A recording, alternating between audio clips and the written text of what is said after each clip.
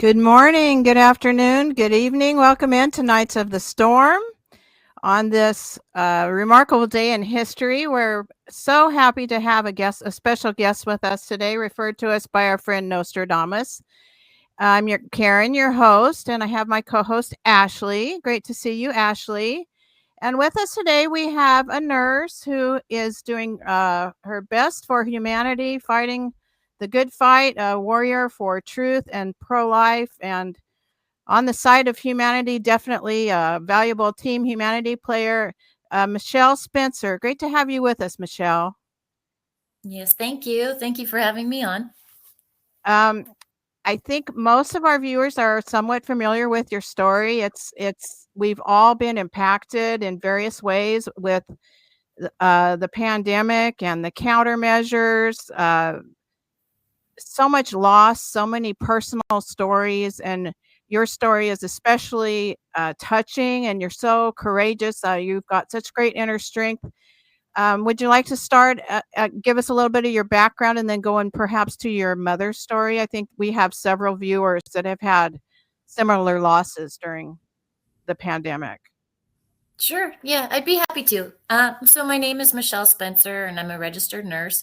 I've been a nurse for 9 years now, and I started off on the cardiac floor at, community here in Fresno, and I learned a lot on that floor, but it was really tedious work, and so I worked there for 3 years, and when at the beginning of 2020, I had this pull to move to postpartum. And so, as much as I loved taking care of patients on the cardiac floor, they were patients with like chronic health conditions. So they were on these chronic medications for like blood pressure and lung and kidney issues.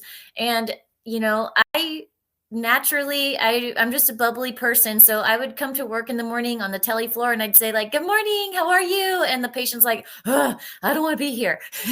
And so it kind of started to wear on my energy. So when I transferred to postpartum, I was so happy to be there. I transferred at the end of 2020 when everybody was in the COVID craze. They're all wearing their PPE, people were scared, but it was still, even though people were scared around me, I was never really afraid of the virus. And when I transferred to postpartum, I was so happy to be there because I got to take care of mothers and newborn babies. And I remember telling my mom that I believe God put me on this floor.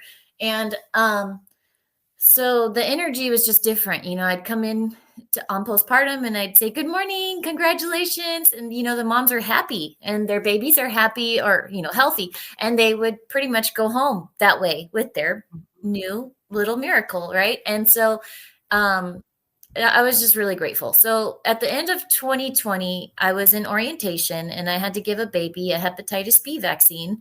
And I didn't know anything about hepatitis B vaccines until that moment. When I gave that vaccine, I felt disgusted with myself. And nothing like that had ever happened on the cardiac floor. And I realize now, because the cardiac floor, they're all taking these medications. They're adults. They choose to take these meds. When I held the baby down and injected that shit into its body, I didn't know at the time, but when I researched it later, I realized why I got that feeling. And so I went home that night and I told my mom, I can't do this. I can't poke these babies. Something doesn't feel right. I need to go back to the cardiac floor. And she would say, do not quit. Those babies need you and you're saving them. And so I took that as an opportunity to learn all about this hepatitis B vaccine. I realized how corrupt this is, how awful it is actually, and how destructive it is for this baby's body. And then, I kept going to work, and I also do holistic treatments, and I help people in Clovis at a wellness center. I do NAET treatments. And so I had been doing treatments on my mom pretty much every day, helping her lower her blood pressure naturally without meds, which I did, by the way. So I got to know my mom really, really well in that year. And it was a blessing. So then when I was working on postpartum, there was talk about this COVID vaccine that was going to start rolling out on these pregnant women or on the population. And I knew right away that this is going to be really bad for for humanity. And then so, up until about March, we would have these mothers come in, they have their babies, they're healthy, they go home. And after March of 2021, I would come to work and I started noticing that there would be a stillborn on the labor and delivery board. So I would anticipate that this stillborn is coming to postpartum. And prior to March of 2021, we didn't really have stillborns. You would see them maybe once every couple of months or 4 per year. So that's a very low number, 4 per year, devastating, but still only a very small amount when we have, 20 to 30 deliveries a day. And so then I started coming to work. I'm so sorry. No problem. See you in a minute, Logan. Sorry. If you need to grab it, Michelle, you can. Life happens. Go ahead. Go ahead, Bill. I'd like to say that if you need to talk to your son or for a minute, that's fine. I told him I was going on a podcast. Okay. I'd just like to say that Michelle and I are from the same area. My daughter was born on the floor of the same hospital where Michelle works 32, almost 33 years ago, on the same floor, same hospital. My father, Michelle's going to relate the story of her mother being killed during COVID. And I would like to also say that I'm calling it a pandemic. I understand the issues with calling it a pandemic. I understand the issues with germ versus virus theory. We all understand those issues, but we need to use some kind of common language. So that's the language I'm using. But my father was also killed in the same hospital where Michelle's mother was killed. But that was my father was killed there before COVID, but he was definitely killed there. So, and then I was telling Michelle, my daughter delivered a baby in the same hospital system in the summer of 2023. So we cover the same stomping grounds and have had the same battles and issues. And I've been following Michelle's work all through this whole awful incident and the email. And I thought, oh my goodness, that's from the hospital right down the street from me. And so it's really uncanny. So go ahead with you started coming to work and noticing a lot of babies dying, fetal demise, they call it, which is a very clinical term, and cold to remove the human impact, I believe. Can I hop in real quick, Karen?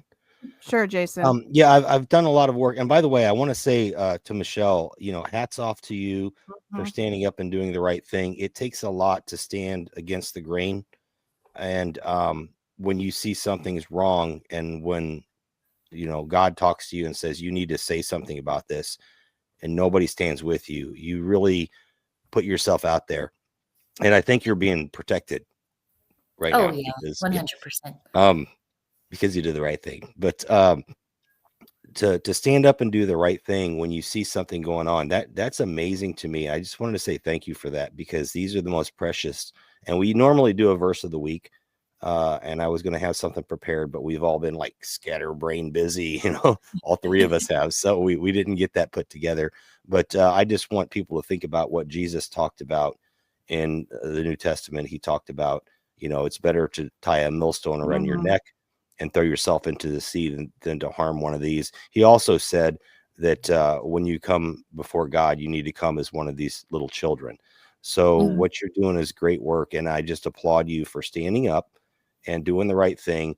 And hopefully you are like the cornerstone of other people saying, maybe I can do this too.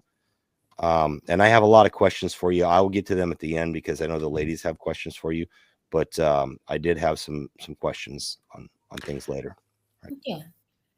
Well, thank you for that. And courage is contagious. And so Absolutely. For those who are not sure if they should speak up, they absolutely should, because like you said, I am protected. I feel that 100%. Every time I walk into that hospital, I say in my head automatically, as I walk through the valley of the shadow of death, I will fear no evil. And when I feel like, yeah, when I'm in that hospital, I feel like I am watching these babies, like they are safe today because I'm here. And that's kind of a crazy thing that I even think that. And but that's your mother. That's your mother working through you. It's such a beautiful story that your mother did that for you. and that Yeah, you can still hear your mother inspiring thank you. you very much. Yeah, and so I kept coming to work, and this is all early 2021, and every time I'd come to work there was a stillborn. And yes, like you said, I prefer to call them stillborns because it's Mhm. exactly what they are. They're babies born dead. And so it had appeared that the mothers would go to their OB appointment, and the further along they get in their pregnancy, the more often they go. And so these mothers were coming in, and it had appeared that they had just received the COVID vaccine like a week prior. So no matter what gestation they were coming in and their babies had passed away inside. So these months are going by. Every time I come to work, there's a dead baby. And it even one day there were 8 of them in one day.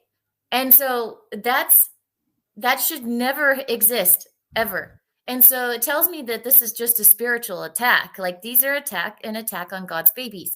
So I kept going to work. I kept asking people around me, what the heck is going on? Why are these babies dying? I mean, I knew why from the beginning because I just knew thank God that hepatitis B vaccine experience woke me up. Actually, I had been injured by a flu vaccine prior to that. So I had already slowly been waking up. But by the time the COVID vaccine happened, I knew this is not good.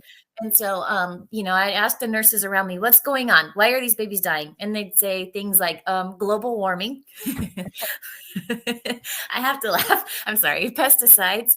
Mothers aren't that healthy these days, or anything but the obvious. And Blame so it on the mom. What? Blame it on the mother.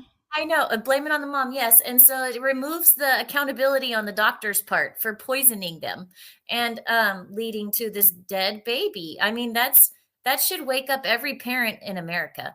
And so, but the public isn't aware about this because no one is talking about it. And so, in fact, all the nurses around me are like, get your vaccine. They're all in a trance. All everybody can talk about is, did you get your COVID vaccine? Oh, I got my vaccine. I have my green card. I have my bandage here, like they're proud. And so I'm like, what the hell?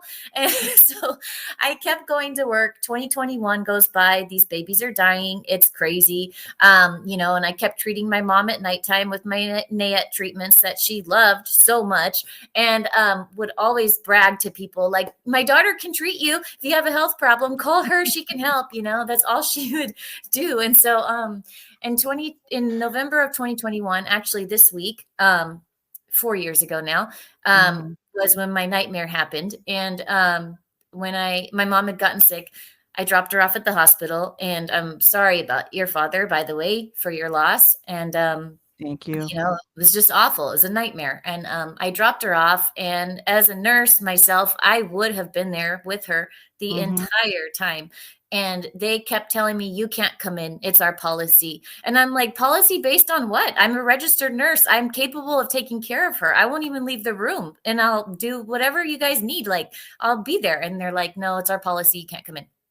Can I say something? It's the most inhumane thing possible. And your stepfather was in also. So you lost both your mother and your stepfather.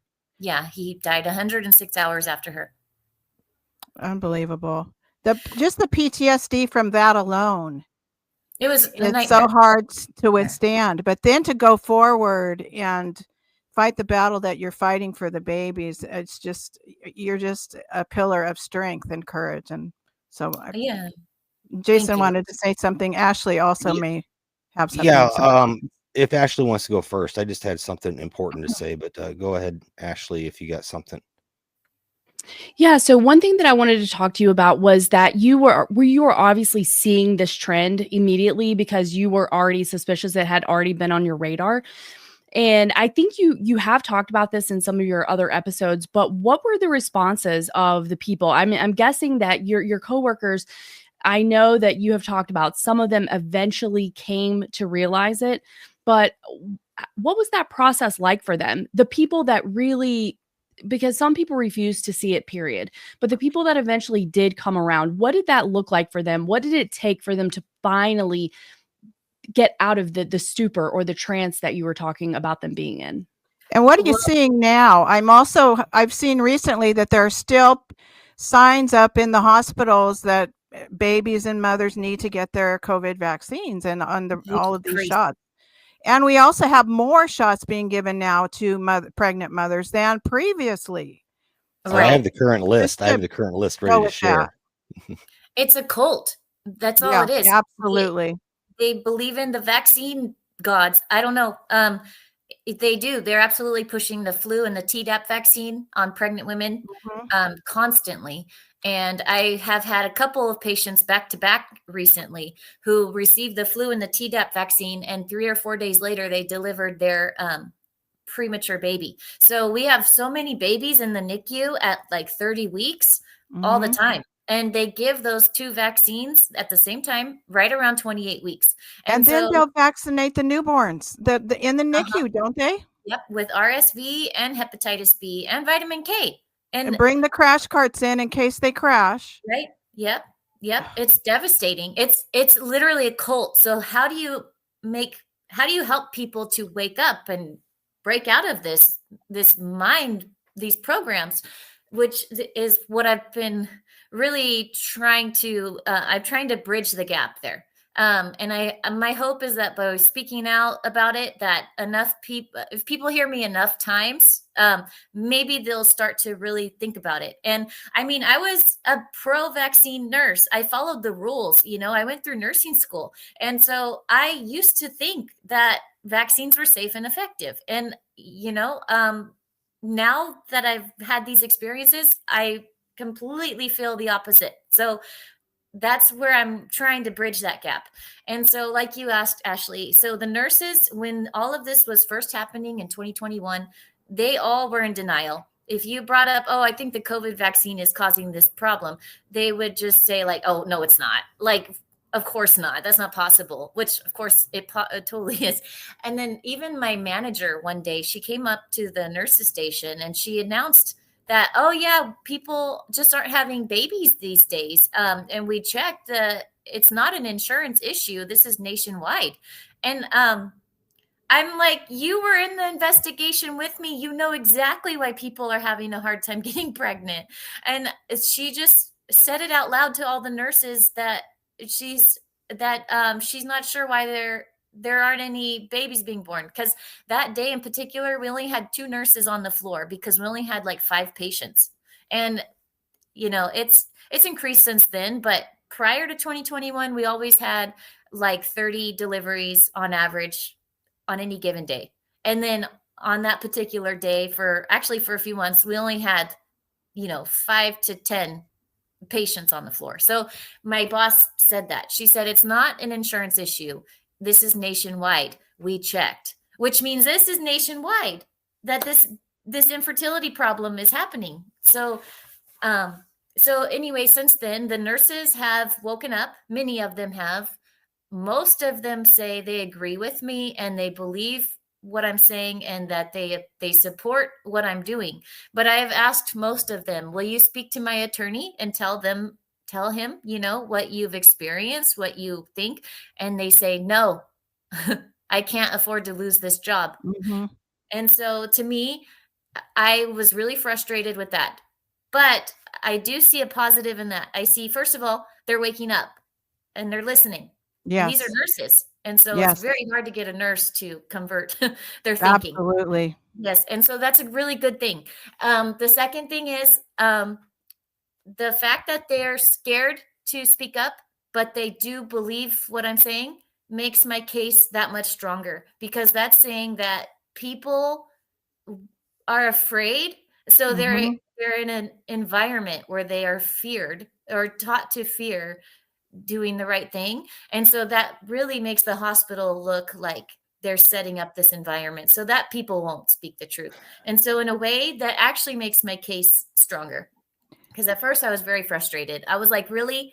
I'm the only one that's going to say something and you guys are all on the same page? Really? Like it really messed with me for a couple days. And then I prayed about it and I was like, you know what? It's actually a good thing. It's okay. And I know God is leading me this whole way. There's no Mhm. way in history that this would have ever unfolded the Right. way that it has if it weren't for God. So in the end, God Right. wins. He seems to be putting people in your path. For example, the attorney that helped you write your letter or your case, Amazing. and then Yeah. just people, and then CHD helping you. Right. And I haven't heard anybody ask this question. I've listened to many of your interviews and your appearances on the Vaxxed Bus or the Vax movie or Plandemic, the different things you've done. Are we seeing a shifting of staffing if it's not in labor and delivery to possibly, I don't know what you call a stillborn birth, but and I've also heard that some insurance companies are not wanting to cover the delivery of a dead baby. And how do you see the price, the cost benefit analysis to the hospital as far as delivering a live baby as opposed to delivering a dead baby, and the counseling, possible death? I've heard about death counseling and that type of thing. So what kind of, you seeing adjustments in the system to normalize this change in childbirth outcomes? That I don't know. As far as the billing, if they cover the cost or not, I haven't heard anything like that.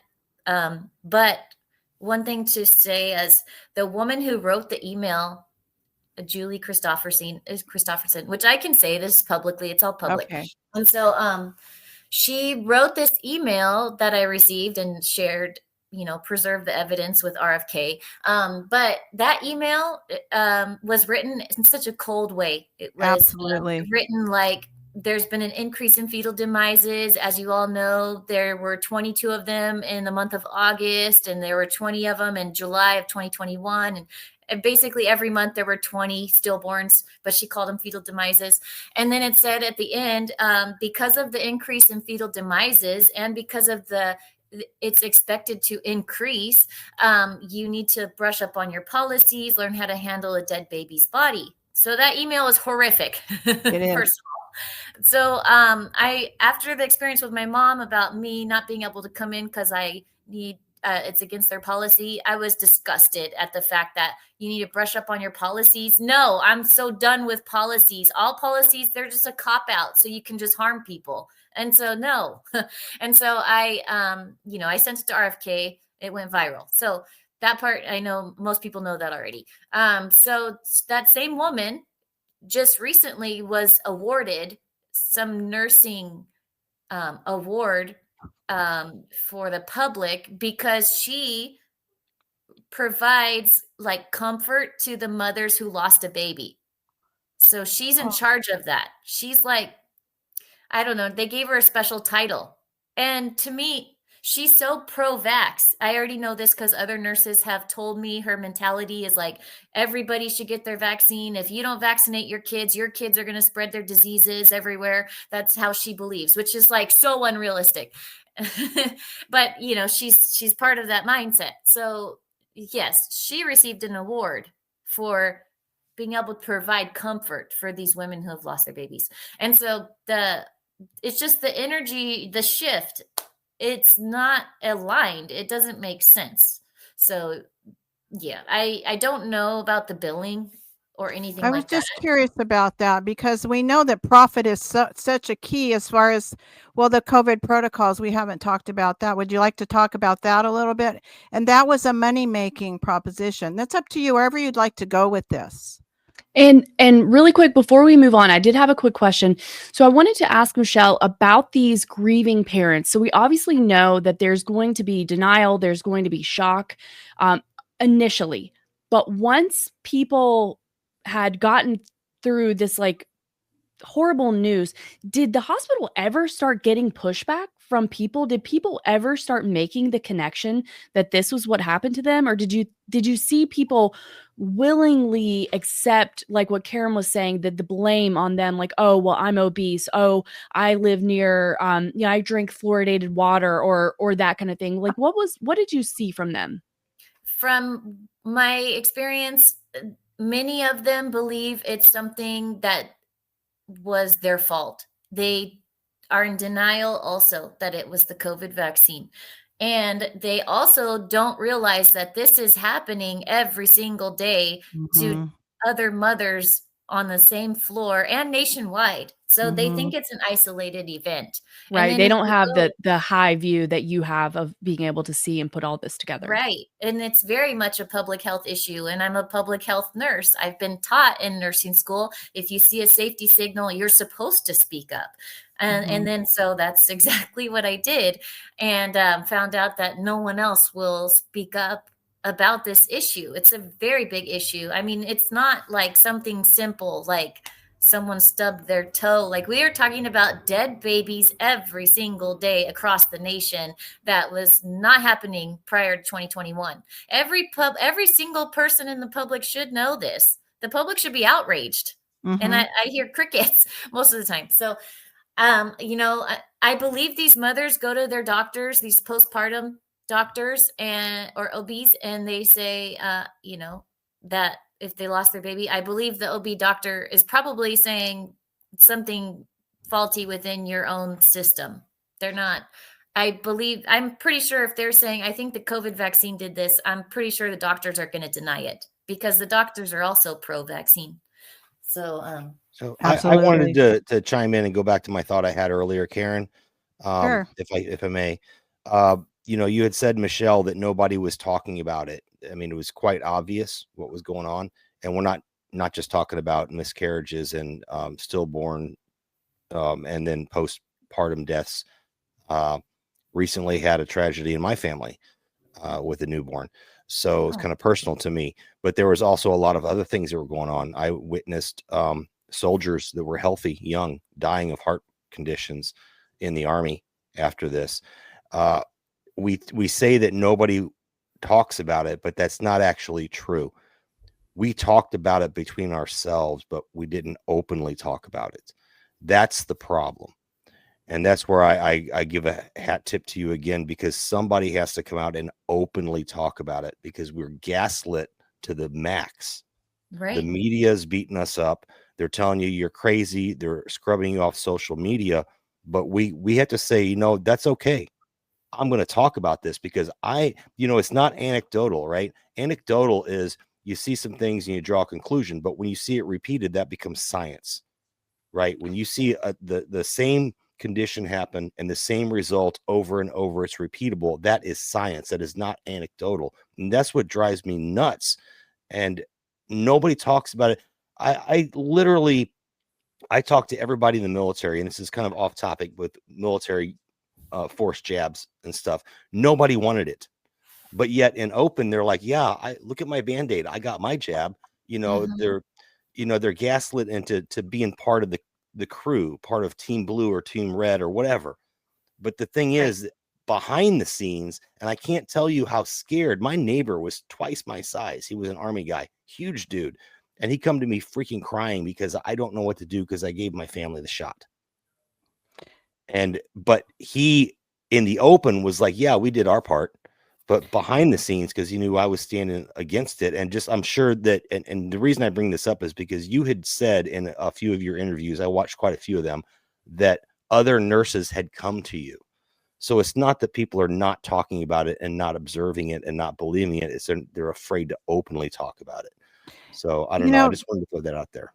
The thing is, and I thought of this when you were talking about the nurses do actually having some awareness privately, is that in their own personal lives, they probably are talking to their daughters or their sisters or their friends who are pregnant and mentioning something. I went through pregnancy with my daughter in 2023, and I absolutely educated her to the best of my ability, but it's still an uphill battle because some people are open to these things and some people aren't.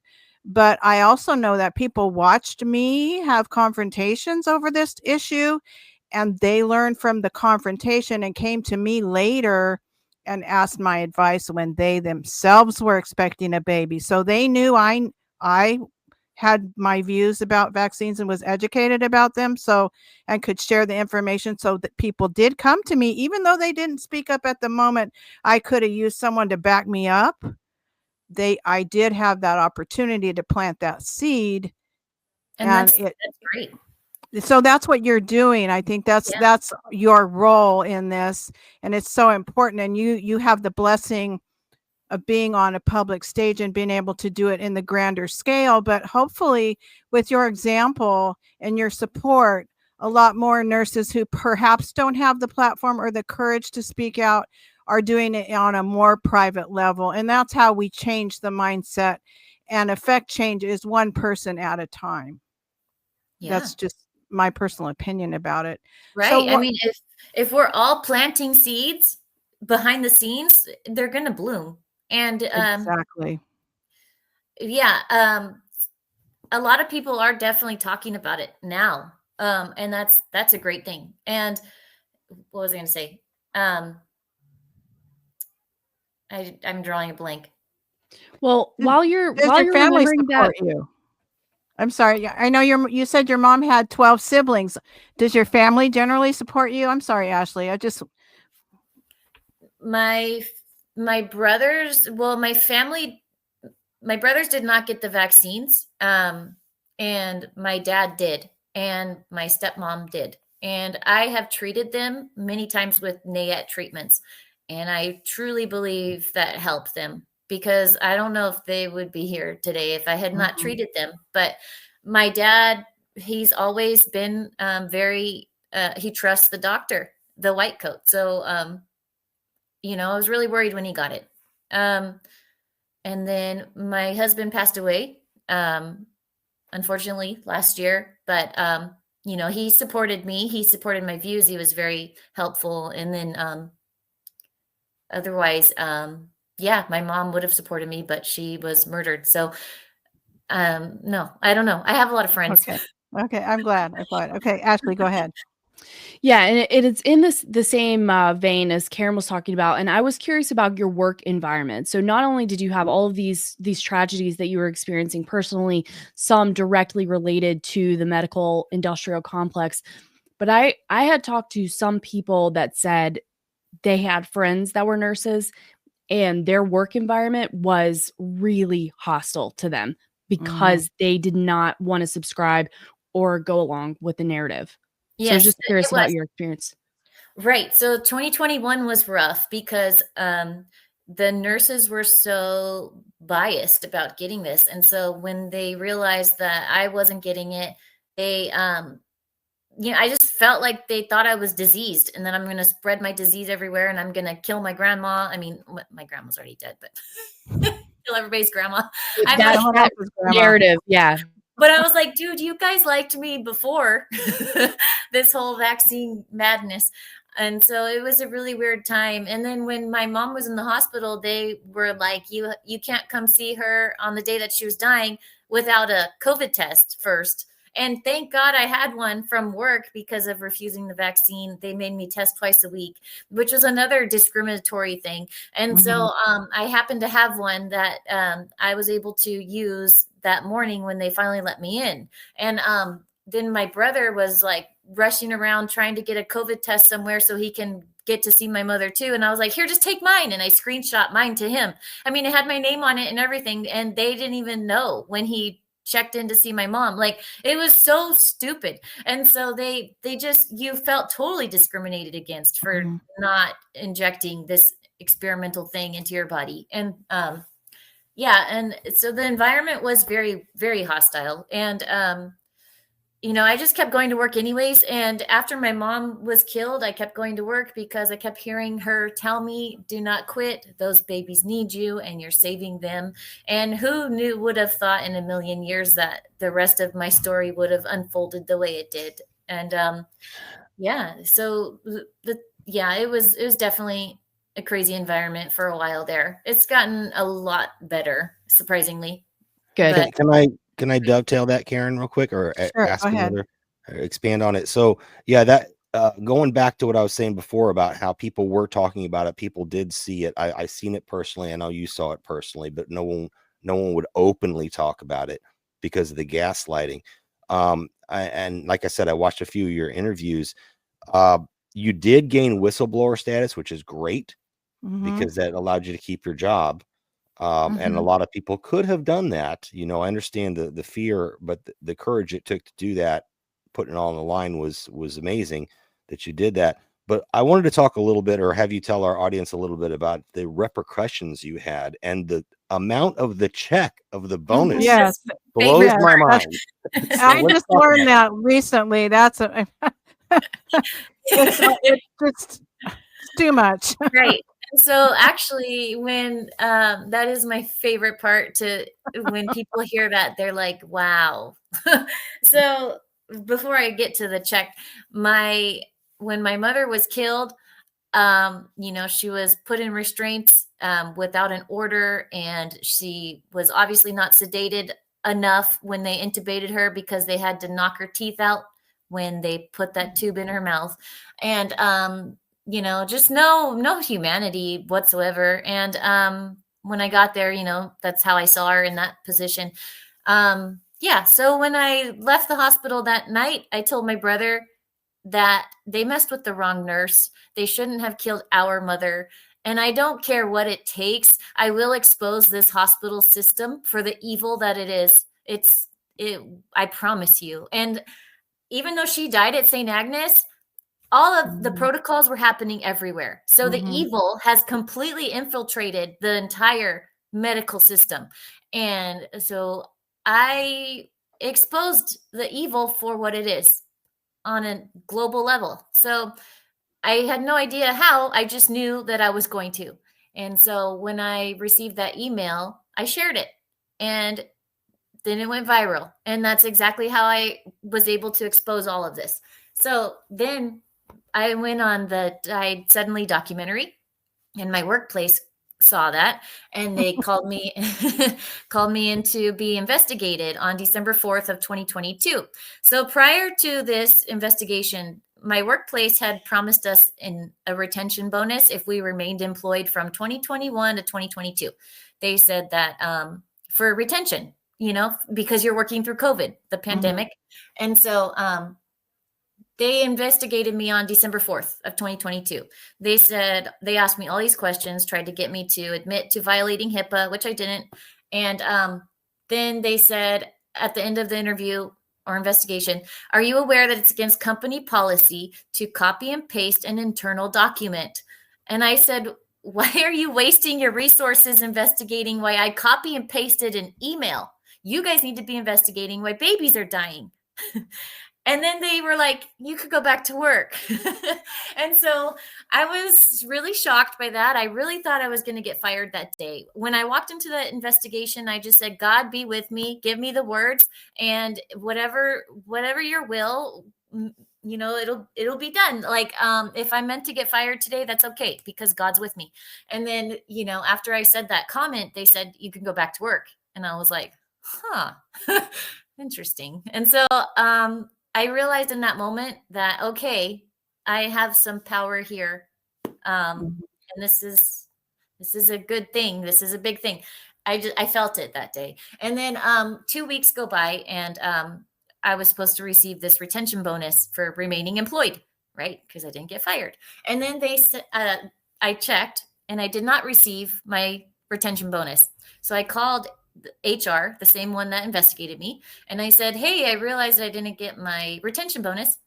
And she said, oh yeah, we decided to keep it from you because you broke the rules when you shared that email.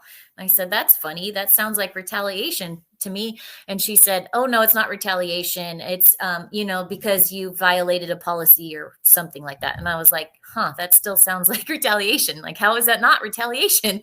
Because I'm still employed. And she's like, oh, I know. We didn't fire you. You still have your job. I'm like, okay. And then, so I found out the amount of that check, and I was like, you know what? It's okay. So I think you guys already know the number. So I'll just say the most evil number you could think of, 666, and then add a 6. 6666. That's so much money. $6,000, $6,666, and that I did not receive because I shared an email. To me, that is the most obvious sign that this is completely evil. And then all the other nurses received a check for 6666.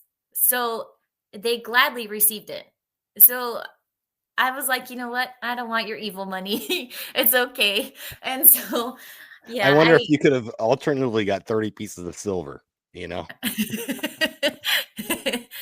yeah.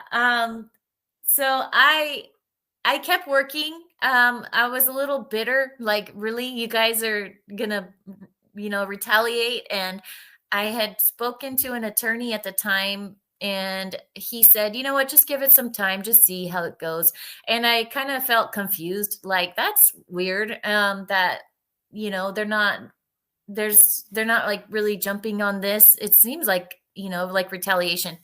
And then so then I kept working. A few years went by, and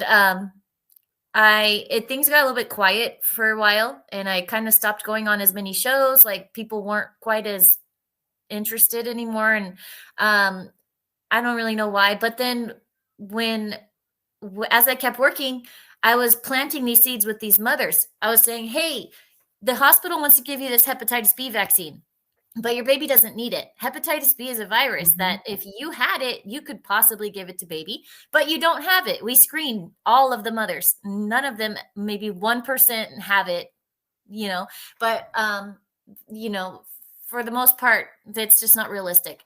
Why are we going to vaccinate 1 million newborns to prevent one case of hepatitis B? Like, that's not realistic. And so anyway, I tell them, you don't have it, so you can't give it to baby. The only other way baby could get it is if your baby has sex with someone who has hepatitis B. Your baby's not going to do that. Your babies don't go out and have sex as soon as they leave the hospital. Like, by the time your baby is sexually active, that shot would have worn off by then anyways. So your baby doesn't need it. And, I don't necessarily get into that much detail, but just telling them that little bit, they're like, yeah, you're right, I don't want it. And so I'm like, perfect. So I was planting all these seeds, and I was like, you know what? And before you go get your baby vaccinated at the doctor's office, like, do your research, find out what ingredients are in those shots, because make sure you know if your baby really needs that one or not. And so I'm giving them informed consent. So for the last 4 years, I have given informed consent to basically every single mother that I've had to take care of. And so I just kind of believe I'm just doing God's work, because I'm planting these seeds. And as I've been planting these seeds, so has Trump and RFK. They recently came out and said that, the hepatitis B vaccine is ridiculous. And it's like Christmas every day. Every day I hear something new where I'm like, yes, these other people are also on the same page. And it's just a beautiful thing. So anyway, a couple months ago, a family member complained to my boss and said that I'm this nurse giving misinformation, talking these mothers out of giving the hepatitis B vaccine, saying that the only way your baby could get hepatitis B is if your baby has sex with someone who has hepatitis B. And my boss said all that. And I said, yes, that's correct. And I think she was expecting me to be like, oh no, I didn't do that. Like, why wouldn't I? And so I was like, yes, that's correct. I said, every time a nurse gives that vaccine, that nurse is chemically assaulting that baby. I said, I just took a functional medicine program, and I learned that the hepatitis B vaccine has 250 micrograms of aluminum. The FDA says do not put more than 18 micrograms of aluminum in an infant's body. And so every time that nurse gives that vaccine, she is chemically assaulting a baby. And we're taught to do no harm. So I'm going to do no harm. And she said, after I said all that, as clear as I just said, she said, I know you have your beliefs, Michelle, but you need to do what's required of you per the institution. And I said, no, these are not my beliefs. And I will not chemically assault a baby. And so she kept saying the same thing, very robotic. I know you have your beliefs, but you need to do what's required. And so when I left that meeting, I was like, no, I'm done with all of you guys. And so I called Mary Holland, the CEO of Children's Health Defense in New Jersey. And I said, please send me an attorney here in California. Like, I need help. I'm so done with these people poisoning these babies. Like, the truth needs to come out. And so she sent me Greg Glaser. So Greg Glaser is on fire. He's always working on this case. Like, he is just brilliant, and he is so helpful. And so he messaged Children's Health Defense and asked if they will help fund a lawsuit so that I can fight this. And Children's Health Defense said yes. And so if that's not God, I don't know what is. It's wonderful that we've had other people on the show who are definitely struggling financially and otherwise because they've taken a stance and spoken out. So it's really encouraging to see that you have the support of the health freedom community in doing this, because what you're doing is so important, and you're clearly saving a lot of babies and turning on a lot of light bulbs in people's minds, and that's fantastic. I know you wanted to wrap it up fairly soon. How can people get in touch with you, or how would you like to share about how the lawsuit's moving forward, that type of thing, or whatever you'd like to share in closing? Sure. Or Jason, did you have a? Go ahead, Jason. I did have one more. One thing you talked about the aluminum, and this was actually very, very concerning to me. I was watching one a year. I think it was on, the lady on YouTube had you on, and you talked about the levels of aluminum that were considered acceptable versus what was in the hepatitis B shot alone. And Karen and I and Ashley, we've talked about autism and the possible links, and there's a lot of that going on to vaccines and the adjuvants, specifically aluminum, that are neurotoxins basically in high doses. And I just wanted to share this and get your take on it. So this is from the CDC. This is the vaccines by age current schedule. So at birth, hepatitis B alone, like you said, is absolutely unneeded. I think you made an absolutely fabulous point on that. If the mother doesn't have it and you know that, then why would the baby need it? Because by the time they would need it, it's going to be wore off anyway, which also tells you it's not effective. It's not for lifelong immunity. But there's also the RSV, and then we can go on and on. And I won't keep this long. We can do this with every vaccine, actually. Yeah, you get the DTaP. This is 1 through 2 months. DTaP, HIB, hepatitis B again, the second dose, IPV. So, and they're poisoning them. It's poison. What I'm trying to get at is the amount, and anybody can go look this up. Maybe we'll talk this over after you have to go, Michelle, because I know the ladies here love to talk about this stuff and stress. But that one shot alone, that's absolutely unnecessary. You made it very clear it was unnecessary, and the levels of aluminum are way outside the acceptable safe limits. And I just want people to be aware of how many there are. Do you think that has some kind of link to autism and other disabilities? That 100%.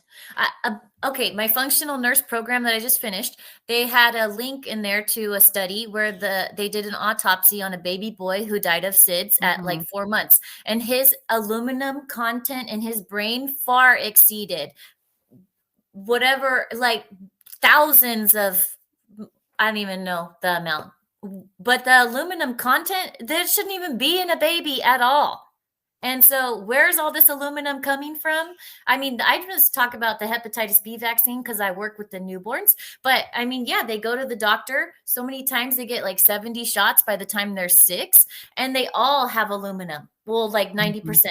And it's toxic, super toxic. And we all are born with everything that we need. You know, by God, we need sunshine and, healthy water and food. And you don't need to put anything in your body. In fact, actually just fasting a lot of times can help heal your body. And absolutely. So by injecting babies with toxins, that is in no way ever the right choice or healthy in any way. And so babies are dying at an exponential rate from the mothers getting the COVID vaccine with the spike proteins and all that, causing clots and disruption. And then all the childhood shots have all these neurotoxins. So yeah, every time they go to the doctor, they're poisoned more and more. Absolutely. And the CDC just released too the other day that the part where they said vaccines don't cause autism, that was never based on any type of evidence. I actually have something here. I had something on this that I was going to cover 2 weeks ago, I think, or when we had Zoe on. But they actually, I think it was Children's Health Defense, actually fought back. And I thought I had the website up here here we go. CHD, Children's Health Defense. They dispelled a 23-year-old study debunking MMR vaccine linked to autism. So this same study that has been used to debunk people saying, look, we know aluminum is toxic, neurotoxic to the brain. We know we're being exposed to it. We know it's in the vaccines. They link this one study and say, oh no, that's been disproven. CHD actually debunked that entire article recently. Good. So that That's changes the good. game. Yeah. And Michelle, didn't your administrator who just won her award, didn't she try to argue with you that there are two types of aluminum and one of them is not toxic? That's a complete myth. Complete myth. Yes. So not the one that won the award. When my boss called me in and said there was a complaint, I said, or she said, after she said, I know you have your beliefs. She said, if you want to take this up with Dr. Nelson, the head pediatrician of UCSF, you want to show her this thing about aluminum, you're welcome to show her. Because my boss didn't know what to do with me at that point, because I was like, yes, that's exactly what I said. And that's true. And then so she just said, oh, well, you can bring it up to Dr. Nelson. So I took The it to Dr. aluminum Nelson. is one of the factors that I used with my daughter. I found the 18 milligrams is the amount allowed in the formula that would be given to a baby, or the IV fluids if it was in the hospital for nourishment. That 18 is allowed per day. And then you compare that with the Hep B that's given in the hospital, and it's just so incongruous. The amount of aluminum is so heavy in the vaccines, but it's not allowed into the sustaining fluid that you would give a baby in the hospital. But then you can inject it. Yeah, and when you inject it, it doesn't come out. Right. It goes past all of those barriers, and so it's way more toxic. And what was I going to say again? If you were to spoon feed the ingredients from a vaccine into a baby's mouth, then that would be considered child abuse and poison. But then they can inject it into their arm or their leg. Well, and anybody that works with aluminum in a smelting plate, where they melt it down or you grind on it, it's required by OSHA to wear not a ventilator, but a respirator, right, because it's so dangerous, and there's right. Poisoning you can get. And I think, Ashley, you put something in the private chat. Did we have a question for Michelle before she has to go? Yeah, this is a question from Handy. So he said, ask her opinion on newborn immune systems. Can neonates even make antibodies for that many different jabs? Can neonates even make antibodies for that many different jabs? No, I don't think so. There's so many toxins in there. There's no way that their immune system can really process all of those toxins. Really, all your baby needs is breast milk and colostrum. And whatever your baby needs, the mother's body is going to make breast milk tailored to that baby's needs. So no, your baby doesn't need any shots. No. And I've been doing I'm sorry, go ahead. Just really quick, and she already talked about this a bit, but I was just wanting Michelle to give us a highlight of the other symptoms. So the thing that we're focusing on today is the babies dying before they're ever born. But in some of your other episodes, you had talked about the other issues that you had also been seeing. So I was just wondering if you could give us a highlight of the other health issues associated, that were changing significantly once this happened. Yes, that's a good question. So not only are they dying at a rate of 4 per week on average, and farther along in their gestation, so like above 30 weeks, which is also a new thing that didn't happen before 2021 very much. But they do have respiratory issues and cardiac issues a lot. And so we do a lot of echocardiograms on babies a lot now, and because something's wrong with their heart. And we have a lot of babies develop respiratory issues. And before they come to postpartum, if they have any of these issues going on when they're first born in the first 2 hours, they'll go to NICU. And so sometimes this is something that's after 2021. The babies they appear healthy in the first 2 hours. They come to postpartum. And then once they're on postpartum for several hours, then they're developing respiratory issues. And that's new, because if a baby already is born with an issue, they're not considered healthy enough to come to postpartum. And so So that's devastating too. There's been many times where I'll have a baby and I'll be taking care of this baby, and then all of a sudden they have respiratory distress. So we have to send them to the nursery for more monitoring, and they end up on oxygen and go to NICU. And it's just sad because mothers used to come in and have their babies and go home with their healthy babies. And now a lot more mothers come in and they leave without their baby.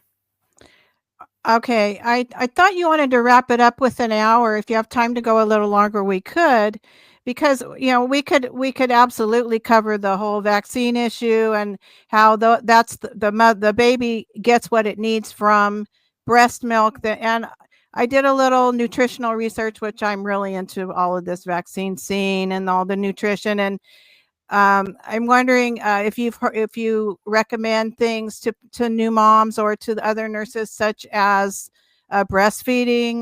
The Weston Price Foundation has a great Nourishing Traditions diet for pregnant moms. High vitamin A, egg yolks, healthy fats, cod liver oil.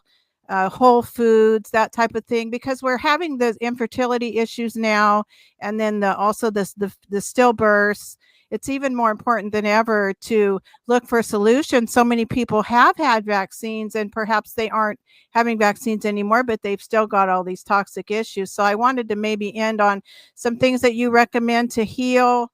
I know for me, helping my grandson, I provide him raw milk, whole eggs, cod liver oil, good probiotics, sunshine, those type of things. So if we can maybe end with some hope and healing here. Oh, yes. This is another one of my favorite parts. So everything you just named off are excellent choices. And if it's from the Weston Price Foundation, the ideas that he has, those are all brilliant. I mean, we got to start at the source. He provides recommends like whole foods, like you said, raw milk. All of those things are great for the body, and because they're here in abundance for us from the earth. So yes, so everything you just said about the diet is perfect. Plus, I work at a wellness clinic here in Clovis. It's called the Bodybuilding, and you can my co-creator is Casey Kale, and he owns the Bodybuilding, and he is on Instagram at ACOS for autism. So we have in the works right now, we're planning to open an entire center for autistic kids where we can heal them holistically. So we can provide whole foods, like you said. We can help them with detoxing. We have an infrared sauna. We're working on a hyperbaric oxygen chamber. We can do bioenergetic scanning and help, find out imbalances in their body. Plus, I'm an intuitive healer. I do body code treatments and NAET treatments. And so I can muscle test and find imbalances in the body and help people detox. And I use a lot of acupressure. Like, we use all of these amazing tools at the Bodybuilding. And so, yes, there's definitely hope. Right now, I'm working on a patient who was injured by the COVID vaccine here in Fresno, and she's now paralyzed and in a wheelchair. And, she has a full-time caregiver. And so I just did my first treatment on her last week. And so I'm going to do at least 15 treatments on her of NAET treatments and mark all my progress with her. I've helped other people with COVID vaccine injuries. I've helped other kids with vaccine injuries. Like vaccine injuries, I've treated enough kids to know that vaccine injuries are very real. And when they get treatments from us, these holistic treatments, they do heal. And so there's absolutely hope for humanity. Like, your body can heal. You just need the tools, and you need help, and you need a guide. And you definitely can. Let me share this again. I just want to share this again real quick, Karen. I don't mean to jump in, but the Healing Ground, that's your Facebook page. Yes. I shared that because if people want to know more, I know there's a lot to kind of take in real quick about where to go, but you actually have contact info on that in your like about, or your the about or whatever, if people want to get a hold of you, because I have an autistic grandson, too, actually, and it is a challenge. It's a family challenge. It's a family effort, and it's debilitating in some cases, as far as being able to work, and you don't want to put them in public school because they're going to throw them on drugs to try to zone them out or whatever. So I just wanted people to see that. email us if you didn't see the website. It's called Healing Ground, all one word, on Facebook, and I'm sure, Michelle, they can get a hold of you if they wanted to get those resources after the fact. So definitely, thank you. And my last point was, are you seeing more people, more women moving toward midwifery, having home births? And is that you seeing that community growing? Because ultimately we want to see birth and pregnancy as a natural process instead of a medical condition. Yes, I'm starting to see that too. I have a couple of friends who delivered at home with a midwife, and I have several friends who have babies now that are 2 or 3 years old that I helped them get pregnant with my treatments. And then they did not get the eye ointment, the vitamin K, no baby shots whatsoever. And all of these babies are thriving. They're all doing great. They're healthy. They don't have brain bleeds. They don't have hepatitis. They're great. And so they're walking proof that you don't need all of this stuff in your body and you can be healthy. That's So, fantastic. Yes. We really can thrive. We truly can thrive if we work with our body and, Yes. and the wonderful way that it was made. Ashley, any closing comments to our guest? I think we've covered pretty much everything. I mean, I'm sure there's other stuff, but I know with your time constraints, but I just wanted to say thank you so much for coming on and using your time to speak with us today. I really appreciate it. The people in the chat have absolutely loved the conversation and believe in what you're working on and working towards. So we're very grateful to you. Thank you. Thank you. Thank you for letting me share.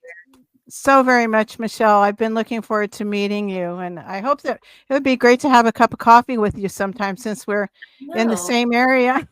Yes, we need to do that. Reach out to me, please. Absolutely. Yeah. And thank you so much for your courage and your service to humanity.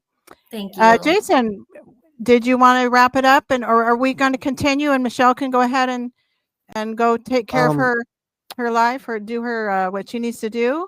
Well, that's up to y'all. I know we got to do shout outs. I can run a commercial. If Michelle's got to go, I can run a quick commercial real quick for Angry Tiger or something, and then do shout outs, and we can chit chat further.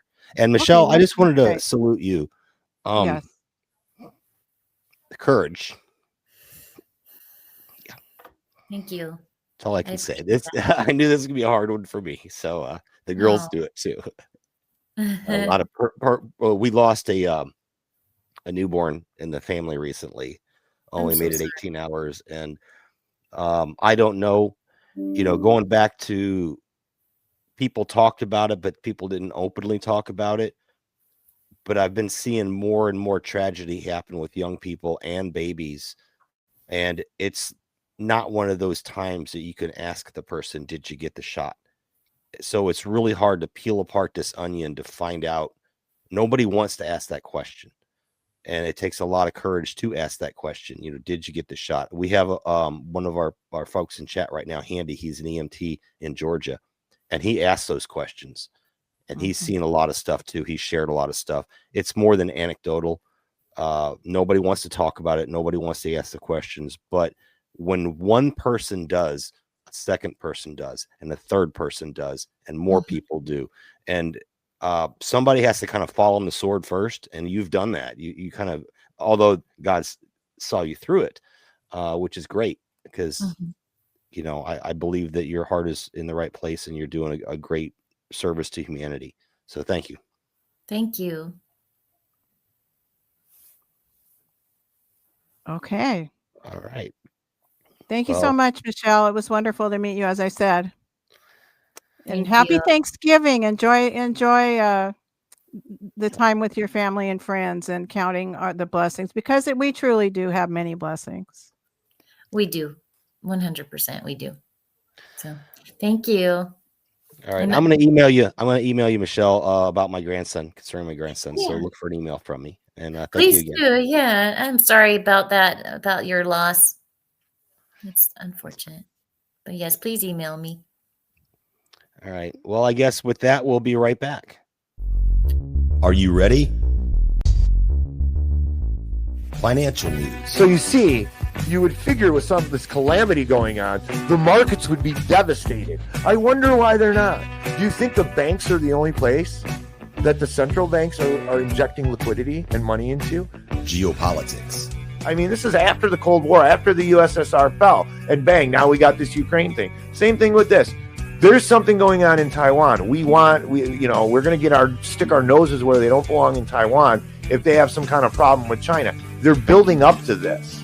Religion. I think what we have found out is that man taints the religion, that governments and people in power who are looking for power taint the religion. Addiction special. I wanted to talk about, and I know we've touched on this before. We touched on nicotine last time. I want to touch on the cell phones. Epic rants. We are clowns. The world laughs at us. We are morons. It's so infantile. That is infantile. There is zero dignity left. Catch the Angry Tigers Den Wednesdays at 8 p.m. Eastern on YouTube, Rumble, and Twitter. Also, tune in Sundays at 8 p.m. Eastern for the Tiger and Snake Financial Report. See you there.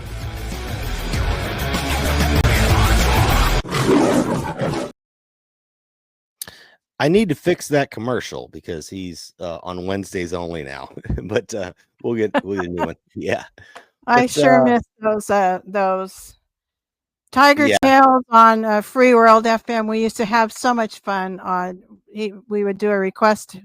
He would do a blurb, or, a monologue for half an hour or so on a fun topic or something informative like dog training or reading your dog's signals, and then we would put in requests for half an hour and he would play those. We had so much fun together. I had him scheduled when Free World was going on. He was scheduled to come on 1 hour before David Knight. And that was kind of, for me personally, but it was like when you're kind of geared up and you're chatting in the David Knight chat on the before the show starts, you could listen to Angry Tiger and get those positive vibes. I really love that. It's a shame there was just too many technical issues with the Free World stuff, and I think that might be a thing in the future. They're going to try to maybe relaunch it. I don't know, but it was a good thing while it lasted. It was something to do with not us. It was something to do with the platform itself. So I'm with Geesebusters. Bring back Tiger Tales. Yes, Tiger Tales. Why can't it be a video? Tiger, are you listening? I know you were watching earlier. Bring back Tiger Tales as a video format. Maybe I'll do Karen's Tales or something, and we can do a request hour with me. Let's talk about that since we're going a little over here. We were talking a little inside baseball, and you kind of mentioned it, so I'm going to throw it out there. Are you going to start your own show, Karen? I have all next week off. I don't have my grandson. And I'm not complaining about having my grandson. He's such a blessing. And I'm going to talk about my grandson. I'm pretty much a vaccine expert because when my daughter was pregnant, I ordered every vaccine book I could get my hands on. And I already knew about vaccines for quite some time. I printed out all of the FDA inserts, package inserts, 30-page inserts. I decoded them because you have to really use your decoding skills to figure out what was there a placebo in this? What was a placebo in this trial? How many people reported on this, and how many parents were there? How long were they monitored?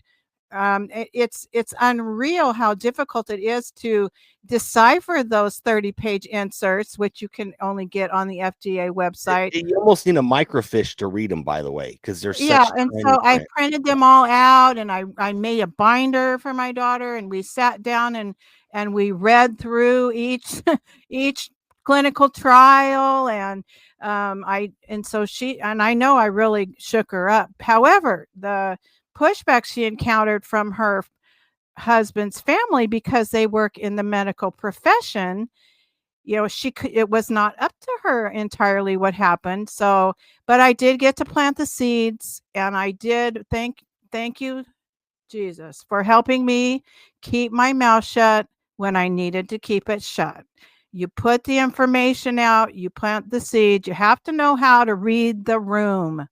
It's more important to keep our relationship with people than it is to barrage them with information and become an outcast. So I'm so grateful that I was able to save that relationship with my daughter, stay in my grandson's life, and then because I kept that privilege and took some steps back, I do have input and I can provide him with nutrition and do the research. What can I feed him? What supplements can I give him? What's going to help him, despite the fact he's being poisoned, in my opinion? That's his, he's their child. But despite the fact that I would not do that to him, what can I do to try to help mitigate the damage or help his body handle that input of those toxins? So it's really important we read the room. We have we do the research, we share the materials, but we also, I think it's important that we maintain that relationship with people, and it's not so easy to do. And some of us do get disowned and outcast. So I'm very grateful that I was going to mention that, and I like Ashley's take on it, because I completely agree with you, Karen, that it's so frustrating to have all this knowledge and it's so clear and evident. Like if I were to tell somebody, how did kids survive 1,000 years ago, 2,000 years ago? But the thing is, since that Yeah. time, and it did come down to people taking a roll call, who supports me and who doesn't. I didn't even realize that, but there was a family roll call, and everybody supported me except The thing is, goes people back who to made the decision. So it was great to know that people backed me up, even though they didn't do it to my face. And then since that time, when another relative has had a baby, and she messaged me and she said, I know you know a lot about this. You're really smart.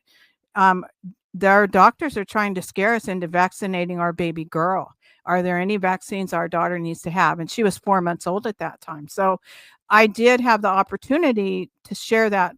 That seed I planted may not have fallen on the ground and bloomed where I had hoped it would, but it did fall and bloom. Well, that's the thing I was talking about, when Michelle had said that nobody was talking about it. Yes, people were talking about it, and she had mentioned that in several interviews, that people were talking about it. They just weren't openly talking about it. Mm-hmm. So planting those seeds are important, and having the strength to do so, like Michelle has done and like you have done, very, very important, because maybe people won't admit it because they don't want to be an outcast. And I wanted to ask Ashley about this as well, about her experience. When we have this kind of knowledge, we shouldn't just sit on it. We're the watchers on the wall. We're the guardians of truth. And it's our responsibility. God gave us the knowledge for a reason, and we have to share that knowledge regardless of what that may mean or how it makes us feel, if we're ostracized or whatever. And people may openly disagree with us and call us kooks and nuts and tinfoil hat wearers, but inside they see it too. Yes. And they will talk amongst themselves silently. They don't want to go against Caesar, what Caesar says, right? But in the back doors, in the back alleys, they're talking about the truth, and we are the ones that are planting those seeds, as you said. So I think it's important, even if we don't see the fruits of our labor in our lifetime or right in front of us, they're there. That's what it means to be an adult, to have a family, to be a parent, a grandparent, to be a responsible member of society, is to do the right thing, even though it's difficult to do. Go ahead, Ashley. Do the right thing when no one's listening, right? No one's watching, right? All right, Ashley, your thoughts on that whole topic right there. Yeah, this has been something that I have mulled over a lot. We've talked about this before, and I know that many of us here did, but I was having a really hard time during COVID because I felt like I saw exactly what was happening, and we saw so many people, and I thought that I would be somewhat insulated from that, being in North Carolina, especially, there is previously had been known to be a bit of a more rebellious place in the Southeast. And I think that some of that does go back to the Civil War time. So I thought surely it would be, not that many people would fall for it here. And of course, a ton of people did fall for it. Now, I had a closer to normal experience than a lot of other people, because a lot of people in North Carolina were at least not pushing it as much, the masking and the distancing and things like that. So when I was working and I wasn't masking, and I got very little pushback against that. So But I don't know. This has been something that I have mulled over a lot is figuring out for myself, what does that line look like of us knowing something, or of me knowing something or believing that I know it, and me seeing other people unaware. And it goes back to kind of what Karen was saying as far as reading the room. I mean, I think there were some people that I could tell that you could at least have a little bit of a conversation with them, but then there are some people that I know for sure that you're not going to make any headway. If anything, it's going to turn into a fight, especially at that time. Like I'm a lot more laid back now than I was at that time, especially in regards to all of this stuff. But there were some people that I knew, it was going to turn into a big falling out if that discussion Mhm. was entered People into. were scared. So yeah, and people thought that they knew too. Mhm. So I thought that I knew and that I was right, but I had other people in my life that thought that they knew. And I Yep. had them tell me that they didn't, that showed them that I didn't do that much research. And I saw red quite literally, and I was like, you know what? I'm not engaging with this person, because if I do, I'm going to lose it, and that's going to be a problem for our relationship. And this person happens to be important to me. So, but of course, I was offended by someone telling me that it didn't sound like I had done my research. And but with all these topics, I think I just try to fill out the situation and see if someone is interested or if they ask questions. This is a Mhm. huge thing for me, is that most people are not curious in any way, shape, or form. They're not curious about me. They're not curious about what I study. They're not curious about what I think about any of those things either. So if you're that person, and I can obviously sense that, then you do you. We can have a nice, pleasant conversation, but I'm not going to bother trying to win them over to my side. I The think person has to be at least interested in a good faith Right. conversation. I think what you mentioned, you had quoted Karen, basically reading the room. That's the key. If it's critical information, you have to read the room. What I found out about talking about the COVID vaccines and the danger and the possible changing of your DNA through reverse transcription and the possibility of cancers and all this stuff that we predicted before it happened. A lot of the stuff I didn't see coming, but a lot of it was very obvious by the way that they said it was going to work. I found that people were receptive. Almost everybody was receptive on a one-on-one basis, right? But if you tried to bring it up in a group discussion, then the peer pressure kicks in, Right. and that's where the problem is. And a case in point, my last boss I had in the Army was a flat earther, right? He thinks there's a glass dome over the earth. I know some people in our audience think that as well. Not a glass dome, but a firmament, whatever. And that's fine. He wouldn't talk about that to me in the office. But when we were by ourselves, even though he knows I don't believe the same thing, we would have discussions on it. And that's okay, because it opens up the dialogue where we can exchange ideas, and he can make his argument and I can make my argument, and we can agree to disagree or whatever. But that's one of those things. I know that's way off topic, flat earth, right? But it's one of those things It's that, about having an open mind. yeah, and it's about, you can't just throw something out there that it's not mainstream. And we could talk about Operation Mockingbird all day long and Yeah. how, yeah, and that's kind of part of it. You don't want to be ostracized into this class of the subhuman, weirdo tinfoil hat wearers, but people are curious about all kinds of sorts of things, right? And they want to know what's safe to put in their bodies. And if you catch them on a one-on-one basis, and maybe that's the key, read the room and maybe try to find, if you have someone you're concerned about, that's maybe pregnant or thinking about becoming pregnant, maybe catch them alone and have that conversation alone, and don't put them on the spot in front of others. You know what I'm saying?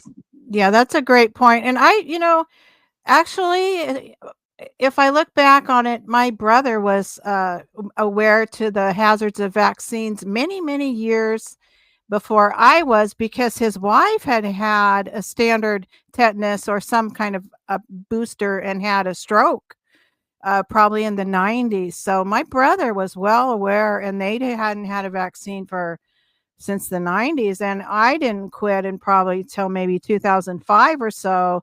So I was already a very vaccine skeptic when COVID came along, but I didn't, I didn't go around worrying about it, or I just declined. My private doctor had been trying to get me to get a measles booster for several years, and it's like, no, thank you, no, thank you. So, some people, there are people who are privately aware about it, but it wasn't typically a topic of discussion. But when it came to being mandated, well, then of course it becomes a topic of discussion. I think maybe being a teacher, I learned to read the room. You had to be able to look for openings and what kids were interested in and where they were struggling and things that they enjoyed, and I used to do it about the spraying in the sky all the time before COVID. That was my go-to whenever I was taking my shopping cart out to the, I would look up and pretend like I was just noticing and ask somebody, oh, I wonder what that is, and see if they were open to it or not. And then I would recommend Frankenskies or some other link or documentary about what was going on in the sky. So and I had dozens of people's phone numbers that I would send videos to.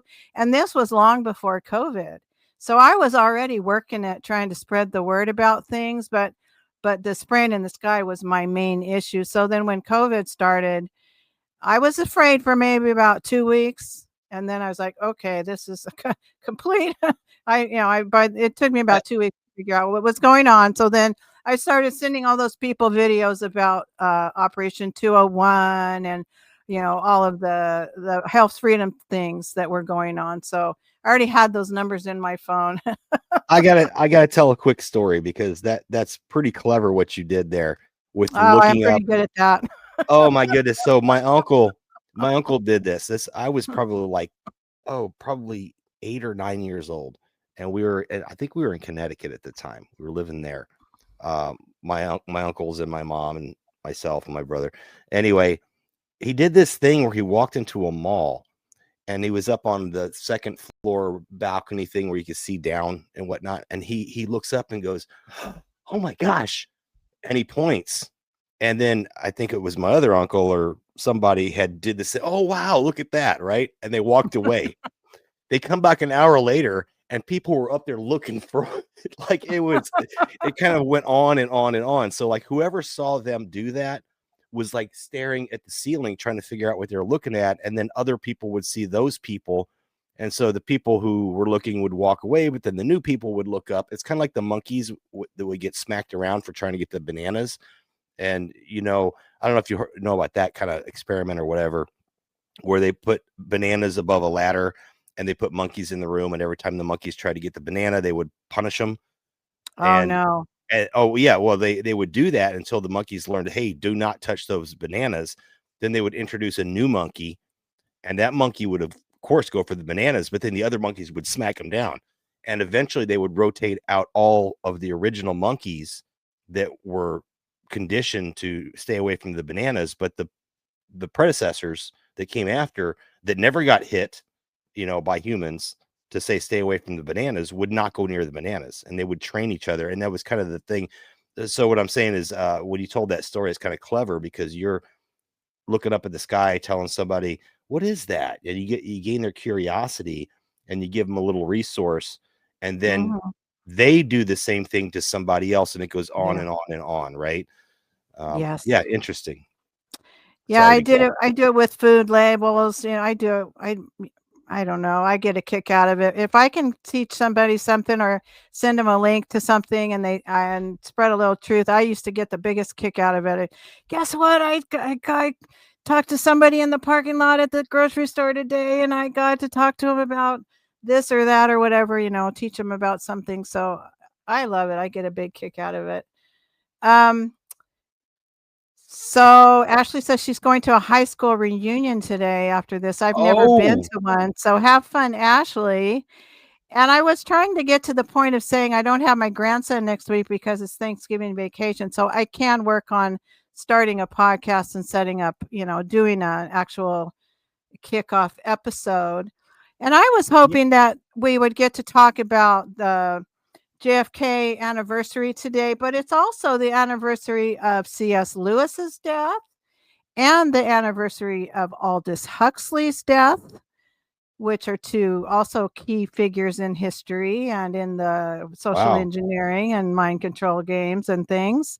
And it's also the anniversary of Dave McGowan's death. So it's a huge day in history. A lot of us really enjoy the work of Dave McGowan, find it fascinating. And yes, he did die on November 22nd, 2015. So it's been 10 years since Dave McGowan died today. Tomorrow is the 60th anniversary of the debut of Doctor Who, Guard says. I don't know what Ashley's doing. Maybe she's getting ready for her reunion. I know. I have to pee. I had a lot of coffee before we started. I had to look up the address for this thing. Oh, because I was talking about it in the chat and I was like, oh my gosh, I don't even know the address. I want to double check the time, which it looks like it's 30 minutes sooner than I thought. So. Oh no. Well, can I do shout outs and then bow off stage for a little bit so I can go potty? And should we drop the link and see if anybody wants to come in and expand on anything? I don't know. That's up to you, Karen. You're kind of running the show today. I'd like to do shout outs. Okay. Go Could ahead. I do that? And then you can come back and then maybe I'll go take a potty break. Okay. I'll be right back. Okay. We had RB Ham, and RB Ham, it's great to see you. I did watch your show last week when you had Don Jeffries on and had your anniversary episode. So thanks for joining us, RB Ham. White Wolf and Casey. I'm wishing you a happy Thanksgiving, White Wolf and Casey. It's always great to have you in the chat and reminding us to question everything and all of those words like virus, pandemic, and such and so on. Sweets, great to see you, Sweets. Sweets is a great sharer of links and other information. Nostradamus, thank you, Nostradamus, for hooking us up with wonderful Michelle. It was such an honor and a pleasure to meet her today.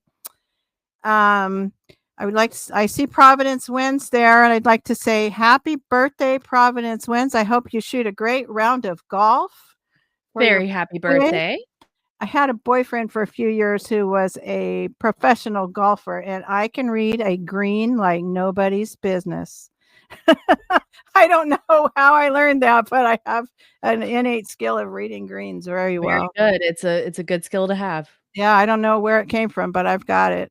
Okay, Deb McCartney. It's great to see you, Deb. I thoroughly enjoyed our episode where you joined us and we talked about MK Ultra, and I hope to do another one with you. Will to Box, it's great to see you, Will. I enjoy seeing you and David Knight's chat and other chats, so thanks for being here. Lieutenant Oracle of Truth, Laura, I hope you're feeling better. I know you've had some problems, with your car and things, and it's a little health issue. So I hope you're doing great, and I wish you a very happy Thanksgiving. Gardner Goldsmith, always great to see Gard in the chat. I hope to join Gard one day very soon for a show. I always love our mind melds with Gard. It's always an honor and a privilege. Narrow Way, Narrow Gate Ministries, Levi, great to see you, Levi. I can smell the sourdough cooking now. Well, are you making up some special treats for recipes for Thanksgiving? We have Death to Tyrants, great to see you. I think they call you Deathy. Great to see you, Deathy. Spirit of the Age, Paul, nice to have you join us always. Always appreciated. Always great to see you. Parmesan 24. I like that name. I love cheese. Parmesan. Great to see you. Or Parmesan. Handy. Always great to see Handy with us. He shares so many nice, good insights, keeping an eye on the first responder world all through the horrible events that we've been seeing unfolding. So great to see you with us, Handy, and thank you for the work that you do and the courage that you have and what you do for people every day. I really, really appreciate it. Love you too, Gard. Raz, always great to see Raz. I see you here and there and everywhere. You're a busy person. Birdhouse Blues, nice to see you. Haven't seen you for a little while. Birdhouse, so it's really nice to see you today. And Ronnie Omelets, I took French in high school. I know some really out of the blue French phrases like where are the bathing suits and the sandwiches? But I never learned to speak it fluently, but I do know some French. It was funny when I was in Berlin for 2 months. My French came back to me. It was really odd. I found myself I was learning German, but then my French came back. So that was a strange experience. I guess it's part of being out of my own culture and out of my own everyday world. Carl and Hanny. Carl, it was so great to hang out with you and Ricky's chat the other night. That was a fun show, and it was nice to chat with you and get to know you a little bit. I hope your feet are warm today over there in the UK. Nature Boy Dave, who does a show every Friday at 5 p.m. Pacific, and he's about 3 hours up the 99 freeway from me here in California. And there's Ricky, Anything is Possible. Ricky does a great show. It starts during Tiger's show on Wednesdays on Rumble. Anything is Possible. Angry Tiger, our friend and founding member of Knights of the Storm, and his show is every Wednesday at 5:30 p.m. Pacific, 8:30 Eastern. And this week he's having Skunk Hollow Rose Gardens on, otherwise known as Michelle Obama. Can I butt in real quick, Karen? Let me butt in real quick before you move on. Angry Tiger, go check his last show with Derek, who was in the chat as well. I was just going to say that. Okay, I'm sorry. Go ahead. Derek, who is Bronx Stompers, was on last week with Angry Tiger, and that was just absolutely fantastic. I also hear rumors Dustin Helm is going to be joining one day soon, and then of course, and then we have Skunk Hollow Rose Gardens coming up. So that's fantastic. Angry Tiger has wonderful shows with a lot of our viewers and listeners that do great things. Go ahead. You want to talk about Derek Bronx Stomper a little bit? That was a wonderful show. If you didn't see Bronx Stomper last week on the Angry Tiger's Den, you really want to see that. Go ahead, Jason. Oh yeah, I was going to say that this last episode he did on Wednesday was fantastic. It was, and I've been wanting to have talk about JBS meat packing, and it's from Brazil and the history of it, and it's just so corrupt that I would love to talk about that sometime. And Derek Bronx Stomper is the perfect person to have on to talk about the meat industry. We've had Texas Slim on before. He was kind of on early in our show, which we were kind of honored to have him on because he goes on a lot of bigger podcasts. And he was great. Love Texas Slim. But I learned more in 30 minutes from Bronx Stomper, from Derek, than I learned from Texas. And it's no hit on Texas Slim, right? No hit on him at all. It's just Bronx knows his stuff. And he puts it in a way that I could understand. So I can't stress enough, if you have not seen the episode from Wednesday on the Tiger's Den, we do have it. Also, Tiger allows me to relay it to our channel. So go check it out. It's on our channel, but I prefer you go to his channel so that he gets credit for the views if you do watch it. Ronnie Omelet says I should do Midnight Party Radio. I don't know how I should take that. Okay. And then we had Robin Lee. Robin, it's always great to see you. I appreciate you so much.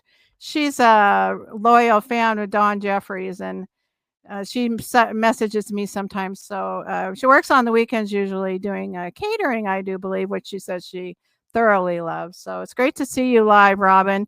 Audi MMR, who has a new podcast. It's Everything's a Lie, Damn It. And with 2 M's, it took me forever to find that show because I was using DAMN in the spelling, but it's DAMM. It's on the Knights of the Storm. It's on the Knights of the Storm website. I did add it. Awesome. So yeah, another thing, the website is fully updated. The only person I don't have on there yet that's been a recent guest is Zoe, because I'm waiting to hear back from Zoe to see where she wants me to link her stuff. But everything else is 100% updated. I went through this past week and took care of it.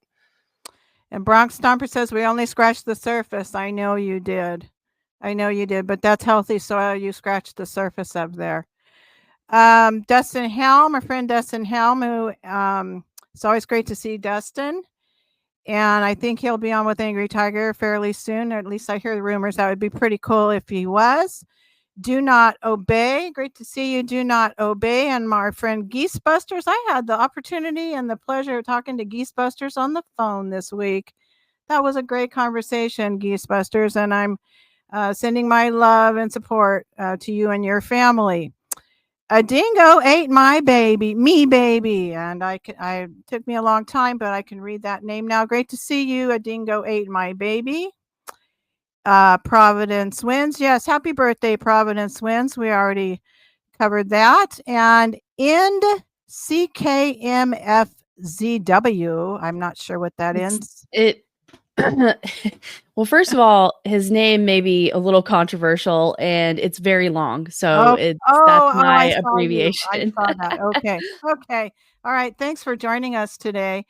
And Skunk Hollow Rose Gardens, yes, gifted some subscriptions. So I would like to say thank you for that, Skunk Hollow. And I truly do appreciate your beautiful videos of nature and your gardens, just immaculate, wonderful gardens on X. So, and looking forward to seeing you this Wednesday with our friend Angry Tiger and then a Bronx Stomper. So I think that's about it.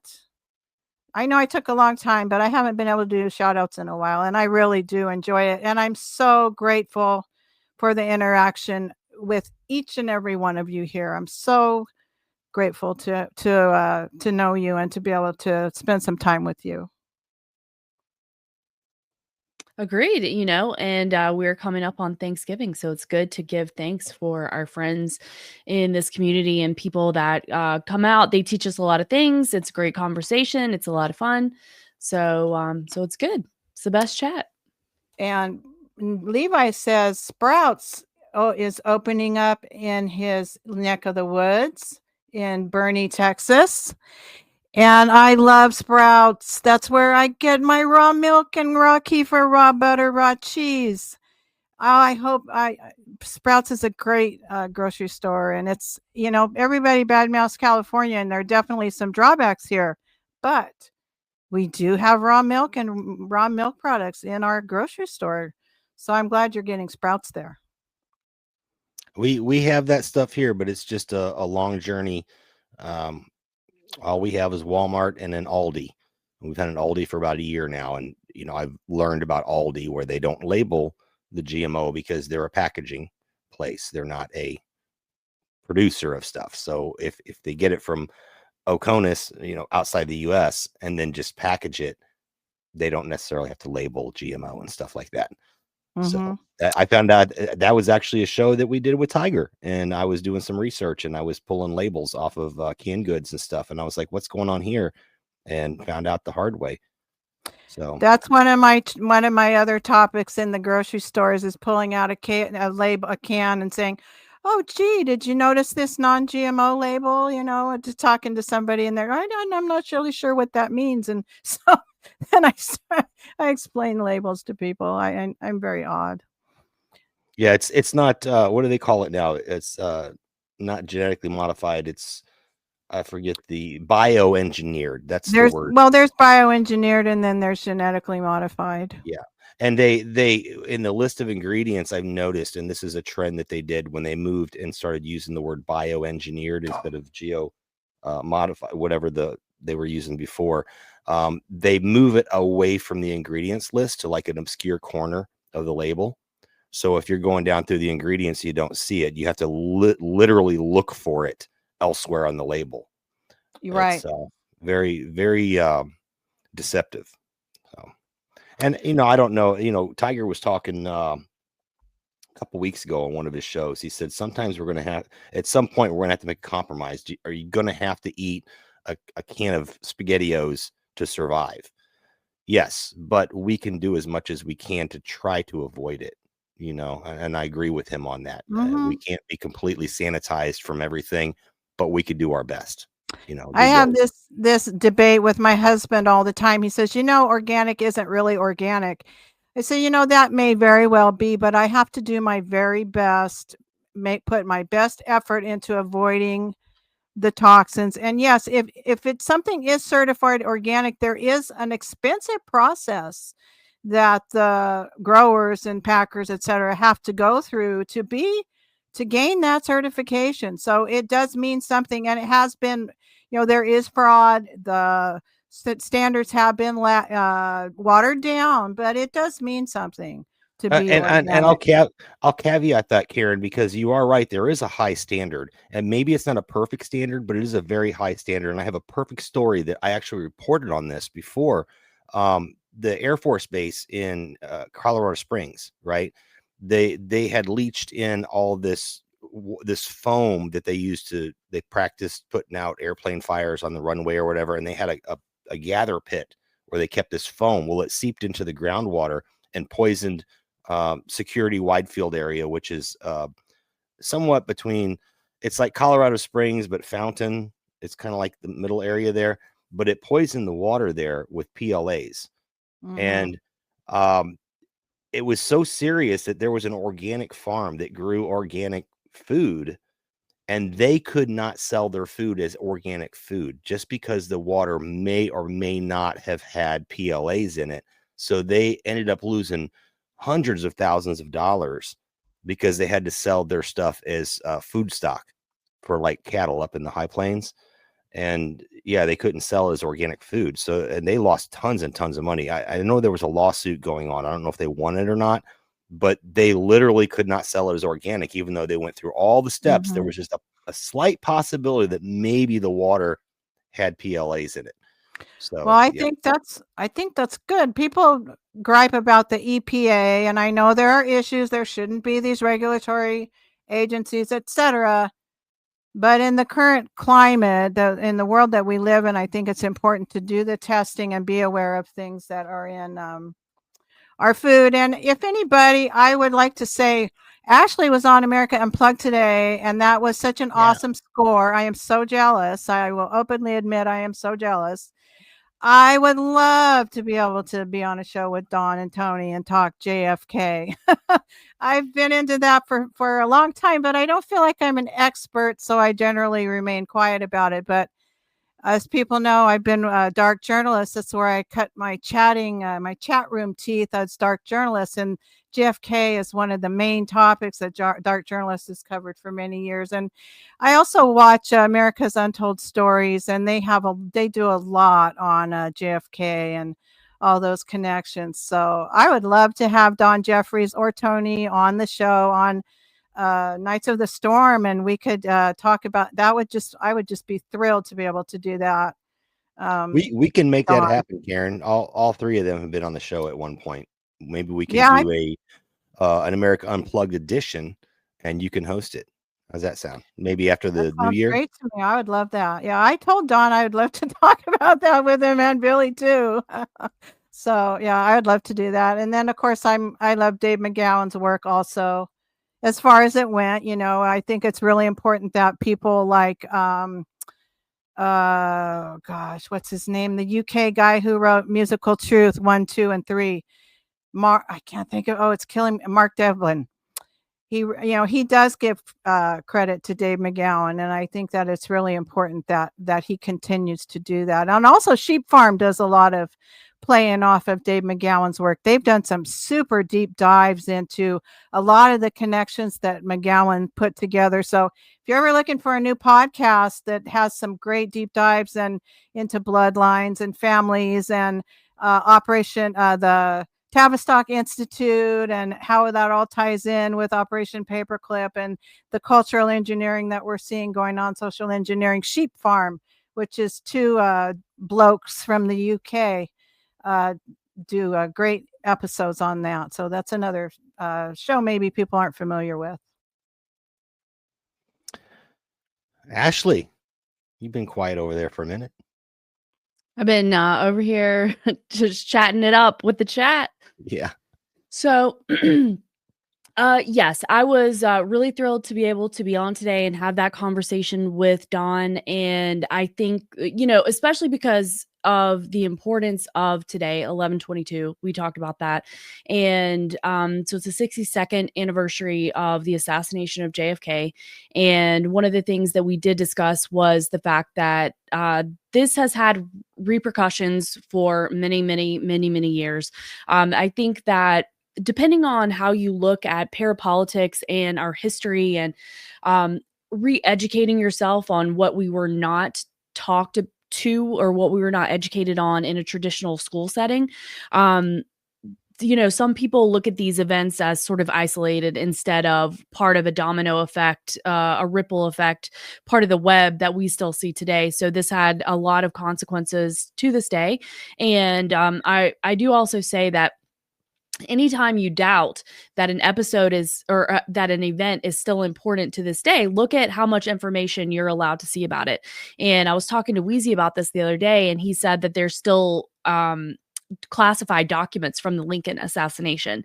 So these types of things are things for us to look out for us to educate ourselves on. And there's a million different areas that we can study within within one event, right? Because there was a lot of discussion about who killed him. There's some people talking in the chat and about who they think, which of course we have the CIA. Some people think that it was Israel. Some people think it was the mob. Some people think that it was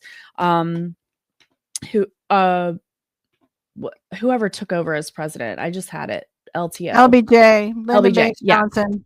Yeah. So, and it's possible. And I was listening to an episode of Alternative Views about this, and that was one of the things that they said. And I said today on America Unplugged that it reminds me of what Walter Boer was talking about in regards to the cryptocracy, the cult of intelligence. And these are like interlocking rings. So maybe everything isn't directly connected to everything else, but you're all going to find this overlapping Venn diagram of players and associations there. And certainly Vietnam was also very likely a factor. And Don talked about that on the show today, because he said that JFK was going to be pulling out of Vietnam. I don't know. Yes. But I do know that, something that I do say is that he did allow this to happen. Like that the CIA and intelligence was involved over there before he became the president, and it was still allowed to happen on his watch. However, I know that he was actively making changes with the intelligence agency that was, with the CIA that was there.